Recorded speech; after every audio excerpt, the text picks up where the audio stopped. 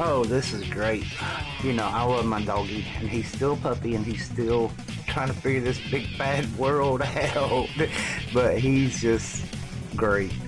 Just awesome, man. Just awesome. So, as y'all know, I've got this Cane Corso. He's been beside me since he was 3 days old. I love my doggy. His name is Baron Sotomay, of course. And he's still a puppy, and he's trying to figure this big old world out. So, let me tell you what happened. So, of course, you know, with everything I got going on, I got a really crazy sleep schedule. So, I get up, and it's raining. I take the bike, go to the store, get what I need to. Of course, get back here. It was an adventure in itself going to the store. So, get back here. Once I get back here, of course, I'm ready for a nap. I start having muscle spasms, and when that happens, my body just shuts down, and I have no choice. And of course, my puppy is right there beside me the whole way. Won't leave my side. Well, I say that whenever my son comes home, my youngest son comes home, he likes to go up his butt if I'm asleep. He'll get out of bed and go in there and play with him. But anyway, so he's at work, by the way. So I wake up after my little nap, and of course the dog, you know, he's been there for whatever, and he does really good. He won't use the bathroom in the house for nothing, but as soon as I wake up, he gives me just enough time to open my eyes and to kind of get up and moving, and then he starts whining, whoa, and sign, I gotta go out. I've held it for 3 hours. I gotta go. He's like a little crack eating down, or a little mouse eating crack crumbs with his tail on fire. He's running around ready to go. He's ready to go.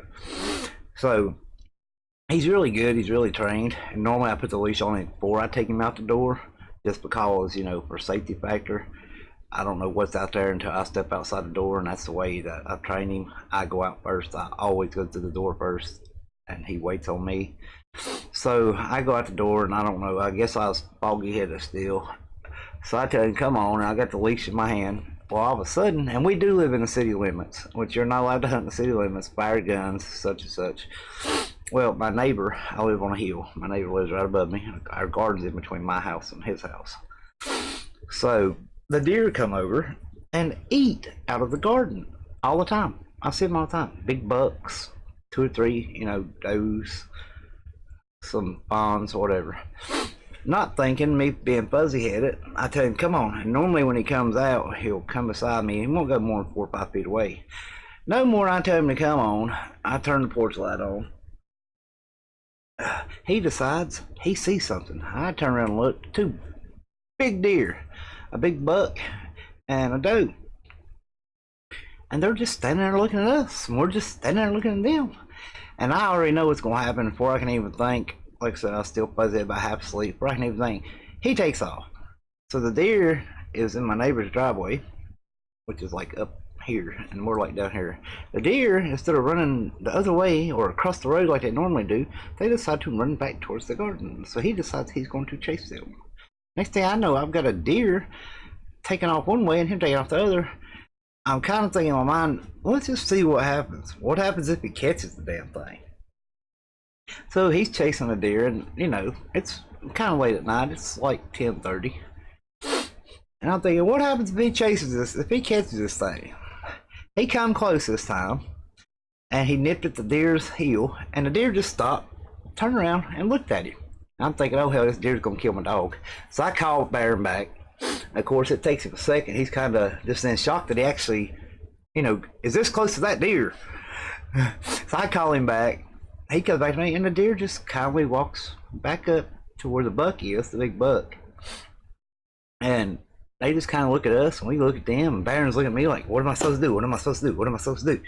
So I'm like, come on, Bubba. I put his leash on him, put him on the chain. He goes up there. Well, I guess the deer just, maybe they're too used to humans.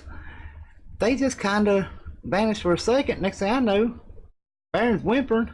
I ain't even made it back in the house. He's whimpering. I turn around. The deer right back in the garden. Like it ain't nothing. So I'm just wondering, you know, they say like a dog chasing a car. Well, this is a dog chasing a deer. I mean, I know it's his instincts. What would he do if he caught the damn thing?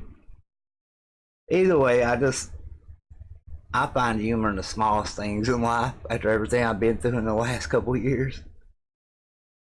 I could just see him, 2 deer and the dog sitting in the garden, cup of coffee in one hand, talking about, well, we'll have this chase again next time I see you. Anyway, I'm out of here, man. Y'all have an awesome night. Like and subscribe so you can get your free on. And don't forget, hit that bell so you can tell when we are here.